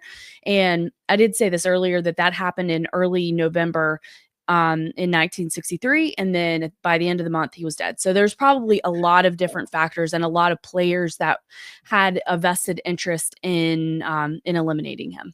I have one thing to say real quick on JFK assassination, because there's one thing that a lot of people don't talk about. Mr. Chris Graves and I did talk about this. We went over the Operation Northwoods document completely, the unredacted complete document. And if people aren't aware, Operation Northwoods was signed off by every single Joint Chief and was shut down by JFK. Right. And what the RFK Jr. talks about that quite often. Yeah, the operation was, we wanted to get into a war with Cuba. And they had lined out, and believe it or not, they had unmanned drone planes at the time.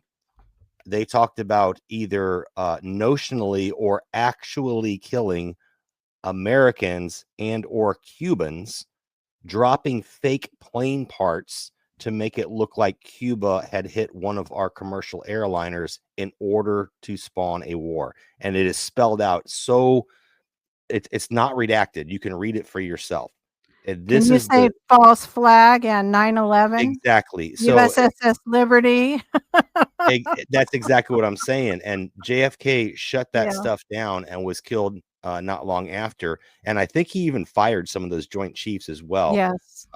So and he talked about blowing the CIA into a million pieces.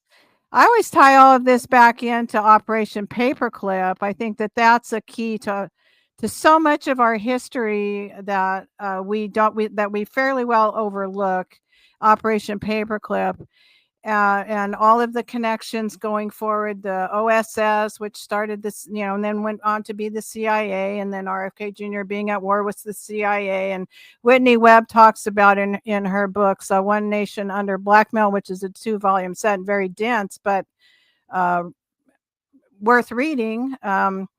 That at a certain point, the mob, the gang community, organized crime joined with the intelligence agencies. And this all ties into Epstein, because so many black operations needed to be funded. And when Congress didn't want to fund black ops, and this is Iran-Contra too, also is a great example of this, that it all went underground. So the drug running, the human trafficking, the oil, the opiate wars, and so many of the things arms smuggling and all of these things, and the Epstein, the control files, compromising so many of these people, it all ties in with funding these black operations. So, and this all goes back to Operation Paperclip and beyond. So history truly is a river that flows, you know, I want to and mention. we need to take a look at that river that flows. And I just wanted to say my first public memory is RFK being shot.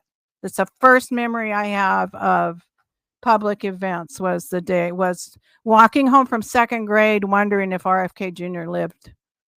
So I mean, not RFK Jr., RFK. Yep. I wanted to point out something very significant. And Don actually, he didn't point it out, but he mentioned it today. The public, and that's the important thing, the public and televised execution. It's different than Lincoln being shot in the theater. Okay. Right. That was kind of a private event. This was a shot across the bow at every future president or public official, for that matter, going forward, that he stood against. And going back to the Operation Northwood, where he shut that stuff down. And there was a lot of other things, ending the war in Vietnam and all this other stuff he was doing that was anti-establishment, anti-military industrial complex. It was a public notice to everybody that was in the know that you will not go against this machine that we've created. And it was done intentionally, in my opinion, televised and in public. Absolutely. Yeah. And you had your most trusted asset, Walter Cronkite, on the 6:00 evening news announcing that, and from Dallas, Texas, President John F. Kennedy has died at Parkland Memorial Hospital.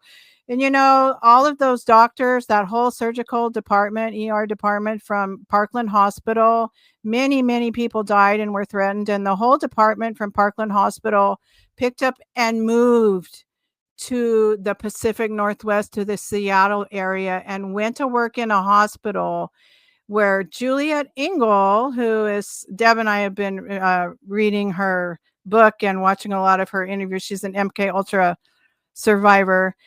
Juliet Engel was a surgeon or a doctor in training at Parkland, at the hospital in Seattle, where all the doctors from Parkland Hospital came. And she said she talked to the doctor that treated JFK and put the tracheotomy into him. And he said he used the entrance wound in his neck, that it absolutely was. She talked to the surgeon, to the emergency surgeon that worked on JFK, and put the tracheotomy into his neck, and said it was an entry wound in the front of his neck. And so she told him that personally. So I thought that was an interesting testimony that I came upon. That's an yeah. Shut up now. One thing that I wanted to add too is that I'm pretty sure that one of the people, or the person that was tasked with doing the autopsy, went on to become a very famous autopsy expert and used in many high profile cases. Yes. And it just so happens that he was also hired by Jeffrey Epstein's brother to do a secondary autopsy after Jeffrey Epstein didn't kill himself. So there's the Venn diagram just can't stop, won't stop. It's a web. It's absolutely it's a web. And these people may not all know each other, but they know each other, and they know people who know people. They know how to get the job done. And that's another thing. I've been watching a lot of a person called Gray Area Monarch, who is also a survivor, MK Ultra survivor. And he talks about there's been an underground control web, very dirty, violent, but quiet underground all these years. And now it's being tied in with the technology, with the technocracy, to be more of a hands-off, frequency-based. We haven't talked about the frequencies and the mind control and how strong that is and how pervasive that is, but the data scraping and tying all these pieces in together, the digital ID, the digital currency, getting rid of being able to be self-sufficient and isolating us, moving us all online, breaking up the family, breaking down gender roles, erasing our cultural identities, our traditions, Dr. Joseph P. Farrell said recently, I'm a traditionalist. And I thought, I need to be a traditionalist and say that outwardly and really, and I do try to keep the traditions going, but it's important that we keep our cultural identity and our traditions. And that's being systematically taken away from us with multiculturalism, et cetera. So we're seeing the underground control network, the covert control network, go to more of a top level technocracy. Instead of a military industrial complex, it's becoming a military industrial digital complex. So I think that's a really great way to put it. Great, put it that way. A military industrial digital complex. That's where we're moving. It is all going control. digital. It is all going digital, and that was a huge thing. I had mentioned many times that I sat through it was a classified briefing. I can't talk about everything in it because I don't know if it's ever been declassified, but it was basically talking about what we're going to be getting up to the Army of 2030. And you can go on the Army's website and look at what their vision of the Army 2030 is. And there's a lot more on top of that you don't know. And it talks about unmanned drone swarms that can fly through the woods and dodge branches and trees and stuff like that. And any of those could take over if one gets taken out. So you basically can't take out this swarm. And the biggest point of contention was, do we give them the kill decision, the authority to make that decision to kill something on their own, or do we take the extra time to have somebody make a decision? Put a human touch in there, yeah. Right. And I was the only one that pushed back. This is a full bird colonel given the briefing, and I'm just a staff sergeant, right? So I'm not even officer, I'm enlisted. And everyone's, of course, we're there just to fill his audience, to make him feel good about himself, right? And everyone's nodding, yes, sir, yes, sir, yes, sir. And I'm like, hey, I don't think that's a good idea. And had a discussion. My boss was so pissed at me. So Good pissed. for you. Yeah. And I was, you. But anyway, there's a lot of things that they're doing. They're talking about near Earth orbit, or what they call it, near space, that domain. So the whole thing about the Chinese spy balloon that went on a couple of years ago, that's actually a real thing. That is a theater, I guess you could say. So you have land. It used to be land, air, and sea. That was it, right? Then we got into orbit. Now we have this near land, which is air, but below skyline. That's a new one that we're trying to dominate. That's where the drone stuff comes in, the drone swarms, and the AI and the facial recognition biometrics and stuff like that come in. And then the other one that nobody has mastered yet, this domain is the word I meant to use, domain, is the near space. So we can do air all day long, but planes can only go so high, and stuff that goes higher than that has to be into an orbit. So there's a gap there that nobody has mastered that domain. And that's where things like your weather balloons and stuff can get to. It's like near the stratosphere type stuff. And I'm sure your friend Stella probably knows about that, Ashley, because she's into the weather stuff. So she could probably tell you about that, how difficult it is to operate in that zone.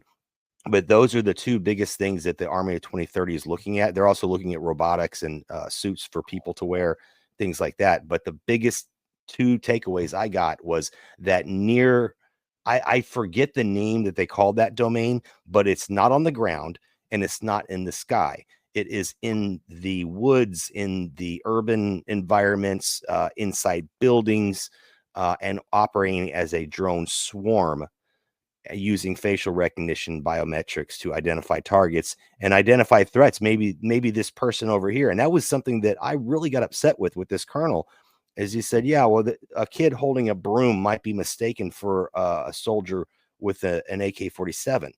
And I was like, but it's not illegal for these people to own an AK-47 in their nation.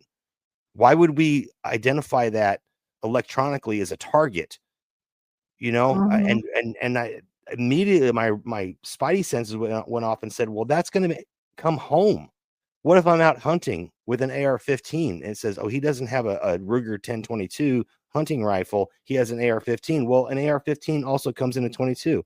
I might be hunting with that because that's my preferred platform, and I'm identified as a target by the police, which right now currently own military drones. I was talking Mhm. about this in chat earlier, in David's chat. I was Well, there's the software that the Lavender software, Tiberius, et cetera, that has been used in Gaza is now in use here in cities at this point. Yeah, I'd it all like to. comes home.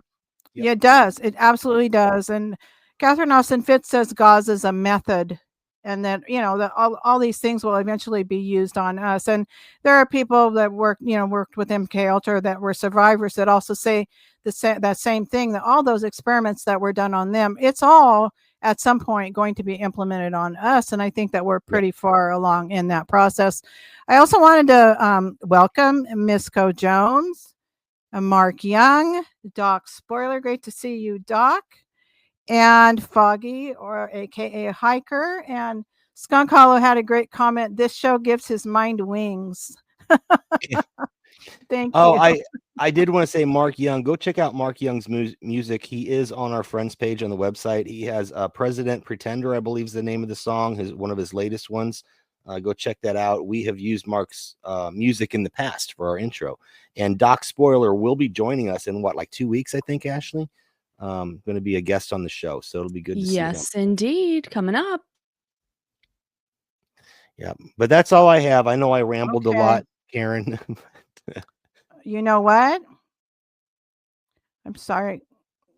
No problem. We all just kind of, it was really an honor and a pleasure to have Michelle here. She's such a courageous person. I'm so thankful that there are people like her on that we get to share this difficult time in history with. And I would like to wish everybody a happy Thanksgiving if I don't get to speak with you or see you personally in chat.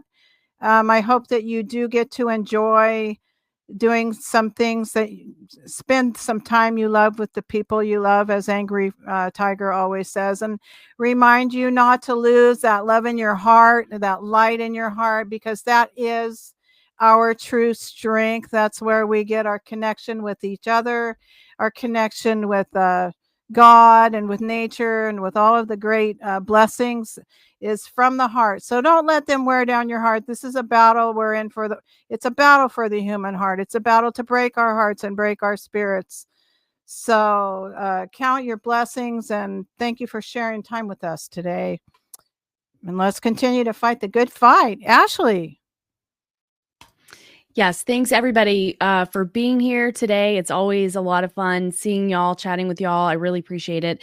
And I'm going to update everybody on my high school reunion. Wonderful. Let's fingers crossed for me, and let's hope that goes well. But truly, thank you all very much, and I hope that you have a wonderful Thanksgiving as well. And I did tell people in the chat, feel free to let Ronnie Omelets know how you like your turkey, because he's a curious French person. So we need to let him know. And I'm going to let Levi know how I like my sourdough. I think that's a really neat skill. And Bronx Stomper, I need to learn some ranching and husbandry from you too. Lots of love to everybody.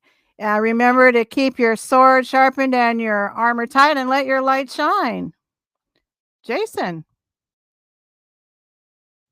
Before I run the outro, I just wanted to say that we were offered $20 donation if we can get a picture of Ashley downing the punch bowl and dancing on a table. Said video with your purple lamp video on your head. I want your lampshade on your head. We know I've had a lamp tragedy here. We're working on it. I do want to apologize. I don't know what went wrong, but the thing that we're doing that pushes out to all the platforms did not work today. I was fiddling with that when you guys were starting off with Michelle, and I don't know what went wrong. I did the exact same thing I did last week, minus one thing to keep us from double broadcasting.